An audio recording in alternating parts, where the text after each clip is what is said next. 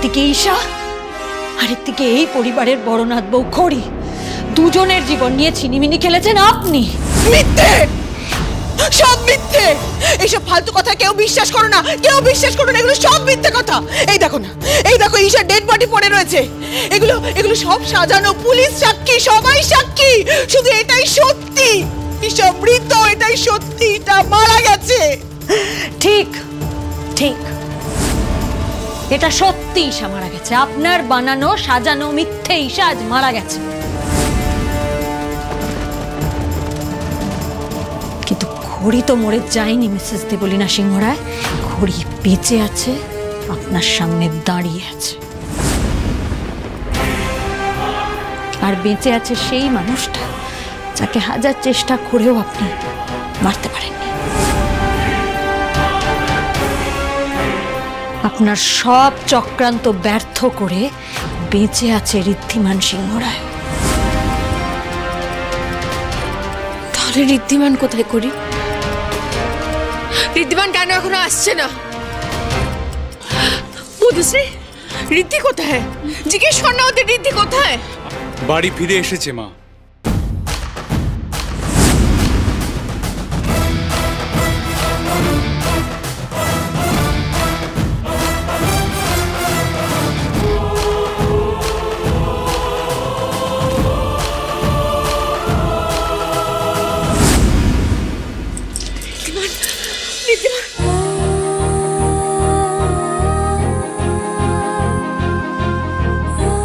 আমি তোমাকে বলেছিলাম না বড় বৌমা, খড়ি থাকতে দাদু ভাইয়ের কিচ্ছু হবে না। আমি তো জানতাম এটা হবে। ঠাকুর তো এমনটাই করেন, ভালো মানুষদের সাথে সবসময় ঠাকুর ভালোই করেন। একজনের খারাপের সাথে সবসময় খারাপই হয়, তাই অপরাধীদের সবসময় শাস্তি পেতেই হয়। তুমি ভাবলে কি করে মেজমা এই খেলাটা অত সহজে শেষ হয়ে যাবে? ঋদ্ধিমান সিংহ রায় আর খড়িকে এত সহজে শেষ করে দেওয়া যাবে? যে অন্যায় 25 বছর আগে শুরু হয়েছে সেটা তো সবার আগে আমাদের শেষ করতে হবে, তাই না?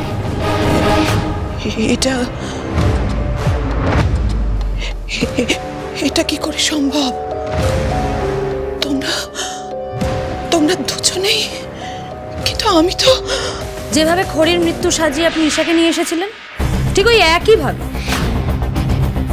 ঈশার ডেড বডি সামনে নিয়ে এসে আমি আপনার ষড়যন্ত্রটা সবার সামনে ফাঁস করে দিতে চেয়েছিলাম। পুরোটাই একটা সাজানো নাটক, আপনার কায়দায় পাতা ফাঁদ। কি গো মা, তুমি চুপ করে আছো কেন? ওদের কথা জবাব দাও। তুমি তো খুব ভালো করে জানো আমি 1 বছর আগে কিভাবে ঈশাকে সুস্থ করে তুলেছিলাম। তাহলে ওই মেয়েটা ঈশা হয় কি করে? আর ওকে অসুস্থ করে রাখার জন্য সবাই তোমাকে অ্যাকিউজ করছে কেন? What the hell happening here? হ্যাঁ, তুমি ঈশার চিকিৎসা করেছিলে সেটা আমি জানি। তুমি ওকে চিকিৎসা করে সুস্থ করে তুলেছিলে, কিন্তু এর পেছনে যে সত্যিটা আছে সেটা শুধু একমাত্র আমি জানি। দাদা তুই?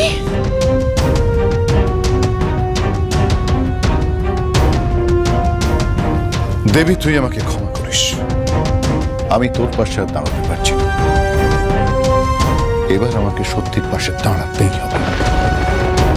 আর আসল সত্যিটা হলো, আজ থেকে ঠিক 1 বছর আগে খড়িকে আমি দেবীপুরের জঙ্গল থেকে উদ্ধার করি। আর সেখান থেকে ওকে উদ্ধার করে নিয়ে আমি সিটি হসপিটালে নিয়ে যাই। আর তারপর পুরো খেলাটা তুই শুরু করিস দেবী।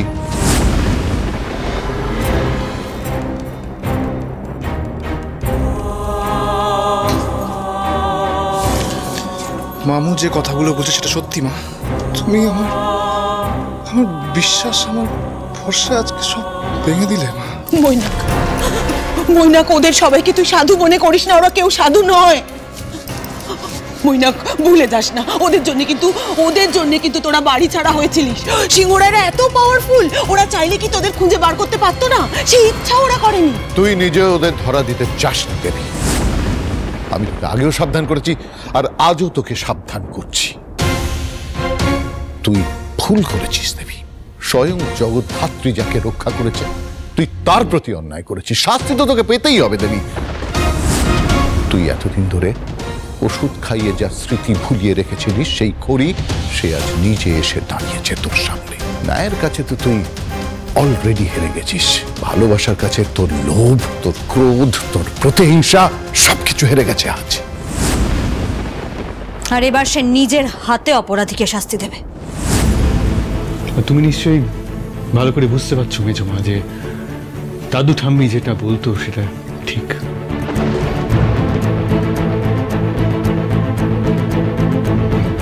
আমাদের গাঁটছড়া স্বয়ং ঈশ্বর বেঁধেছেন, তাই আমাদের অত সহজে কেউ আলাদা করতে পারবে না, কখনো না। কোনো হুঙ্কার, কোনো আস্ফালন কিচ্ছু আর কাজে আসবে না মিসেস দেবলীনা সিংহ রায়। কারণ আপনার করা প্রত্যেকটা অপরাধ সবাই জেনে গেছে। ফাইনালি আপনার খেলা শেষ। এবার শুধু প্রত্যেকটা প্রমাণ এক এক করে সবার সামনে নিয়ে আসার পালা। আর কত মিথ্যে প্রমাণ জোগাড় করবে তুমি খড়ি? আমার বিরুদ্ধে কত ষড়যন্ত্র করতে পারো, কতটা আমাকে ফাঁসাতে পারো আমিও দেখতে চাই। ষড়যন্ত্র আর ক্ষতি এসব নিয়ে তুমি কথা বলছো মেজমা? তুমি ষড়যন্ত্র করনি? খড়িকে আমার থেকে আলাদা করে যে ক্ষতি করার চেষ্টা করেছো সেটা ষড়যন্ত্র নয়? তুমি খুব ভালো করে জানতে যে খড়ি শুধু এই পরিবারের নয়, আমাদের ব্যবসার লাইফ লাইন। উনি আসার পর থেকে আমাদের ব্যবসার উন্নতি হয়, সাকসেসের চূড়ায় গিয়ে আমরা পৌঁছাই। পর আমরা একের পর এক ডিল ক্র্যাক করি। In fact jewellery house of the ইয়ারও আমরা পেয়েছি ওনার জন্য। তাই জন্য মেজকা কি করলো? আমাদের উপর হামলা করে, আমাদেরকে শেষ করার চেষ্টা করে। আর তার খড়ির এই টেম্পোরারি মেমোরি লসের সুযোগ তুমি তাকে আমাদের এগেনস্টে ইনস্টিগেট করলে, ব্রেন ওয়াশ করলে, আমাদের এগেনস্টে দাঁড় করালে। এটা ষড়যন্ত্র নয় মেজ? আমরা তো কখনো তোমার বা মেজকার ক্ষতি করার চেষ্টা করিনি, তোমাদের আলাদা ভাবিনি কখনো। বরং তোমাকে আমরা আপন করার চেষ্টা করেছি। আর তুমি আমাদের ভালোবাসার এই প্রতিদান দিলে। ভালোবাসা নয়, বরং প্রতারণা। আর সেগুলো আমি আগে খুব ভালো করে বুঝতে পেরেছিলাম, তাই এই সিংহরায়দেরকে তাদের ভাষাতেই যোগ্য জবাব দিয়েছি। এটাই তোমার সবচেয়ে বড় উইকনেস, তুমি ভালোবাসার জোরটা বোঝো না। কতবার চেষ্টা করেছো আমাকে আর খড়িকে আলাদা করার, পেরেছ? কারণ তুমি আমাদের হাজারবার আলাদা করলেও আমরা ঠিক একে অপরকে খুঁজে পাবো। তুমি চেষ্টা করে আমাদের আলাদা করতে পারবে না, এটাই হলো আমাদের ভালোবাসার জোর। আর তাই দেখুন, ভাগ্য মৃত্যুর মুখ থেকে আমাদের ফিরিয়ে নিয়ে এসেছে, যাতে আমরা নিজের হাতে আপনার এই ষড়যন্ত্রগুলো ফাঁস করে দিতে পারি। তোমরা যদি ভেবে থাকো তোমাদের এই চোখ রাঙানিতে আমি ভয় পেয়ে যাব, তোমাদের এই লেকচারে আমি তোমাদের পায়ে পড়ে যাব, তাহলে কিন্তু ভুল ভাবছো। আমার কোনো রিগ্রেট নেই। এখনো তুমি একই কথা বলে যাচ্ছ। ওরা তোমার চোখে আঙুল দিয়ে তোমার অন্যায়গুলো দেখিয়ে দেওয়ার পরও তুমি একই কথা বলে যাচ্ছ। কি করে পারছো তুমি? অন্যায়টা তোমার বাবার সঙ্গে হয়েছিল মনে হয়। 25 বছর আগে যে অন্যায়টা হয়েছিল কই, সে কথা তো এরা কেউ বলছে না। তাই তুমি আমাকে ভুল বুঝছো। এরা কেউ কোনোদিন মন থেকে আমাদের খোঁজ নেয়নি, শুধু লোক দেখানোর জন্য আমাদের খোঁজ নিয়েছিল। মইনা, তুমিও তো এই পরিবারের অংশ, হয়তো যোগ্য উত্তরসূরি। কই, সে কথা তো কেউ ভাবেনি। এরা ভাববে কি করে? তারা তো ওই ঋদ্ধিমানকে মাথায় তুলে নাচছে। তাই তোমাকে সায়নাকে কোনো দিন প্রাপ্য অধিকার দেওয়ার কথা ভাবেও নি। কিন্তু আমাদের তো এসব কিছু প্রয়োজন ছিল না মা। আমরা তো শুধু চেয়েছিলাম তোমাকে নিয়ে সুখে শান্তিতে থাকতে। কিন্তু আমি তো প্রতিশোধ নিতে চেয়েছিলাম। দেবাংশু তো এই বাড়ির যোগ্য ছিল। কই, তাকেও তো তার প্রাপ্য দেয়া হয়নি। সব পেয়েছিল এই বাড়ির বড় ছেলে। ঋদ্ধিমানের বাবা। এই অন্যায়টা আমি মেনে নেব কি করে? মেজ বৌদি, তুমি যেটাকে অন্যায় বলছো, চক্রান্ত বলছো, সেটা আমাদের সিংহরায় পরিবারের পরম্পরা। হ্যাঁ, আর সেই পরম্পরা অনুযায়ী বছরের পর বছর বাড়ির বড় ছেলেকে উত্তরাধিকারের অধিকার দেওয়া হয়েছে। আর সেই পরম্পরার খাতিরে কেউ কোনোদিন কারোর প্রতি কোনো অন্যায় করেনি বা কারো থেকে অধিকার ছিনিয়ে নেওয়ার কথা ভাবেও না। আর তুমি বর্দার কথা বলছো? মেজ বৌদি, বর্দা মেজদাকে জায়গা করে দেওয়ার জন্য নিজে ব্যবসা ছেড়ে চলে গেছে। বাবা দাদা বারবার মেজদাকে সুযোগ দিয়েছিল, কিন্তু প্রত্যেকবার মেজদা অসৎ পথকেই বেছে নিয়েছিল ব্যবসা চালানোর জন্য। যোগ্য উত্তরসূরি হতে হলে মেজ খোকাকে আগে ভালো মানুষ হতে হতো, কিন্তু সেটুকু ও কখনো হয়েই উঠতে পারলো না। সব সময় শর্টকাটে অসৎ পথে অনেক টাকা রোজগার করতে চেয়েছিল।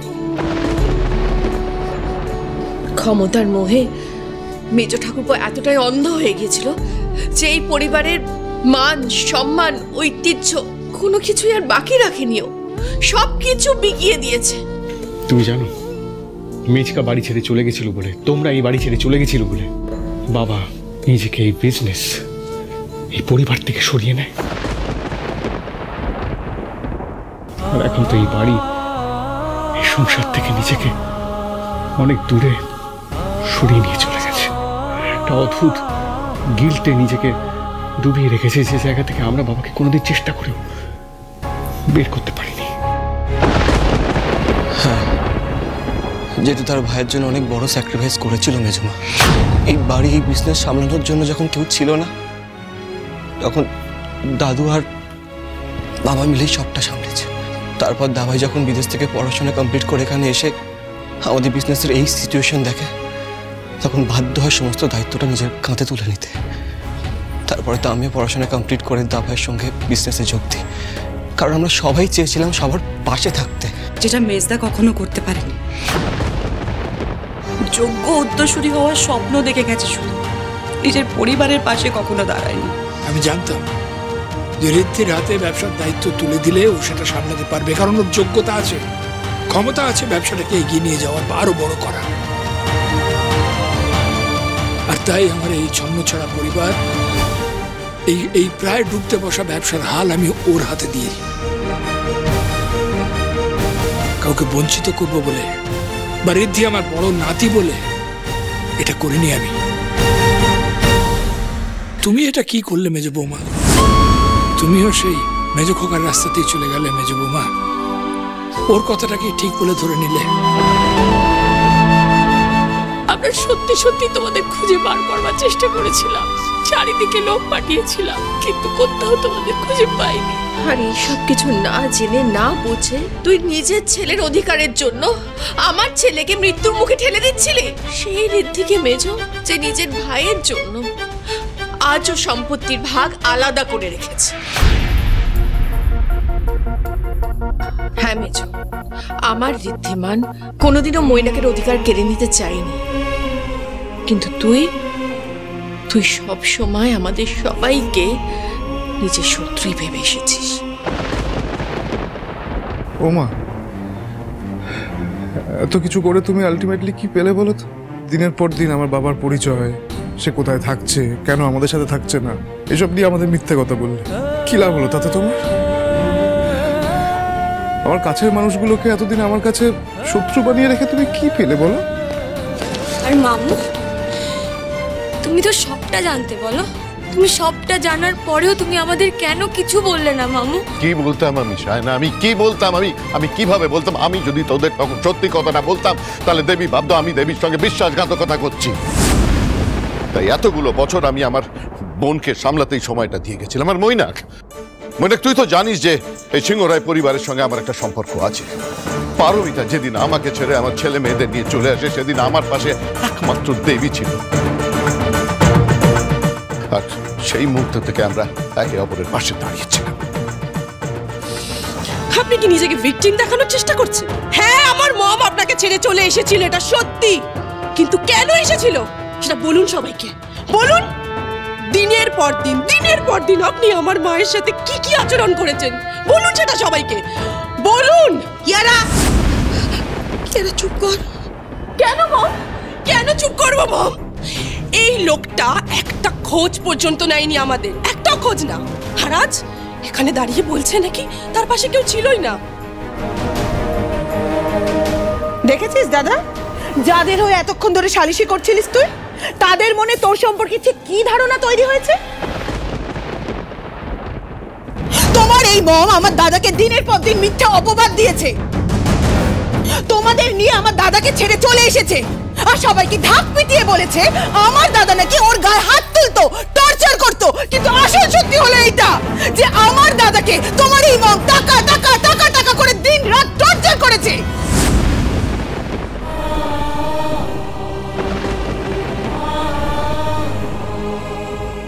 আমি আজকে এই প্রসঙ্গে কোনো কথা বলতে এখানে আসিনি দেবী। তাছাড়া পারমিতার প্রতি আমার কোনো রকম কোনো অভিযোগ নেই। ও নিজের ভুলটা স্বীকার করেছে, কিন্তু তুই তো নিজের ভুলটাকে স্বীকার করতে পারলি না, নিজের অপরাধটাকে স্বীকার করতে পারলি না, আজও পারলি না। আপনারা বিশ্বাস করুন, আমি আমার মনকে সঠিক পথে আনার জন্য অনেক চেষ্টা করেছিলাম। দিনের পর দিন ও খড়িকে স্মৃতি ভুলিয়ে রাখার জন্য ওষুধ খাওয়াতো, নিজের স্বার্থের জন্য খড়িকে ব্যবহার করতো, সবকিছু জেনে শুনে। তবুও আমি চুপ করেছিলাম। তার একটাই কারণ ছিল যে আমার মনে হয়েছিল কোনো না কোনো দিন আমি আমার বোনকে সঠিক পথে ফিরিয়ে নিয়ে আসতে পারবো, আর তখন আমি খড়িকে সব সত্যিটা জানাবো।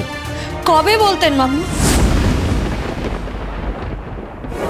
কবে আর সত্যি কথা বলতেন আপনি? আপনি তো সবকিছু জানতেন, তাও চুপ করেছিলেন। কবে বলতেন? মৈনাকের সাথে আমার বিয়েটা হয়ে গেলে? আমি সাহস জুগিয়ে আসতে পারিনি করে, আমি সাহস জোগাতে পারিনি।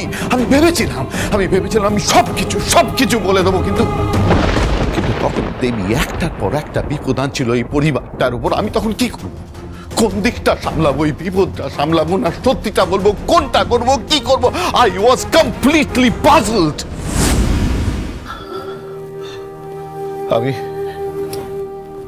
আমি আপনাদের সকলের কাছে মন থেকে আজ ক্ষমা প্রার্থী। দেবীর এই অন্যায় কাজে ওকে সঙ্গ দেওয়ার জন্য।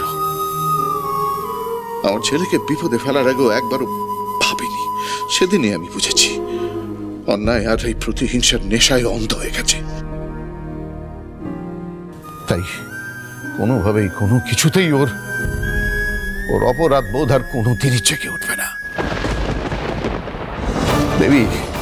দেবী, আজ আমার ছেলে কিন্তু হসপিটালের বিছানায় শুয়ে মৃত্যুর সঙ্গে লড়াই করছে।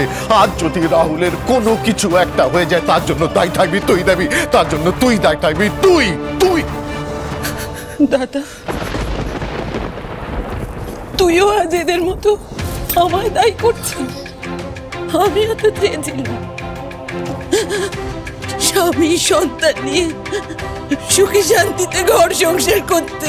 কে চেয়েছিল প্রতিশোধের খেলা খেলতে? কে? আমি চাইনি রে। এরা আমাকে বাধ্য করেছে।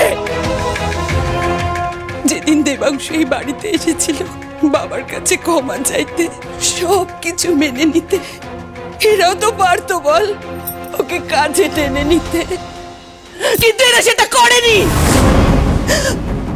এরা সেটা প্ল্যান করে পুলিশ দিয়ে দেবাংশুকে জঙ্গলে নিয়ে গিয়ে এনকাউন্টার করেছে।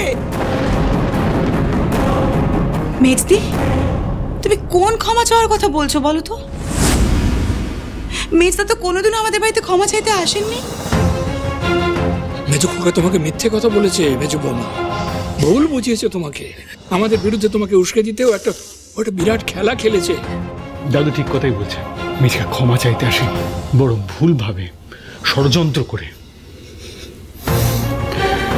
এই প্রপার্টি সবকিছু দাদুর কাছ থেকে লিখিয়ে নিতে এসেছিল। তুমি জানো কি করেছিল?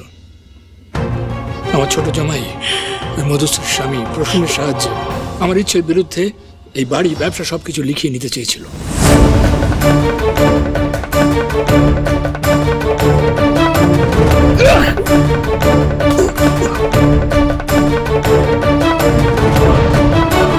এত কিছুর পরেও মিথিকাকে আমাদের পরিবারের ইউনিটির কাছে হেরে যেতে হলো। আর নিজে কিছু করতে না পেরে সেই রাত থেকে খড়িকে কিডন্যাপ করালো।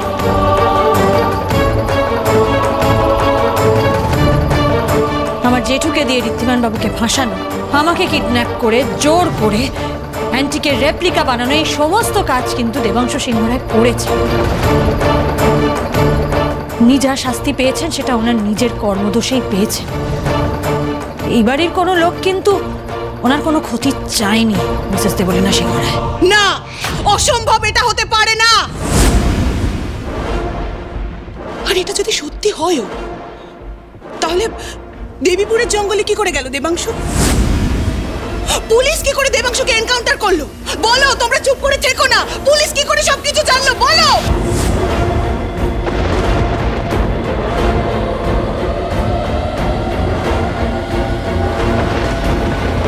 কে খবর দিয়েছিল পুলিশকে? কে? আমি।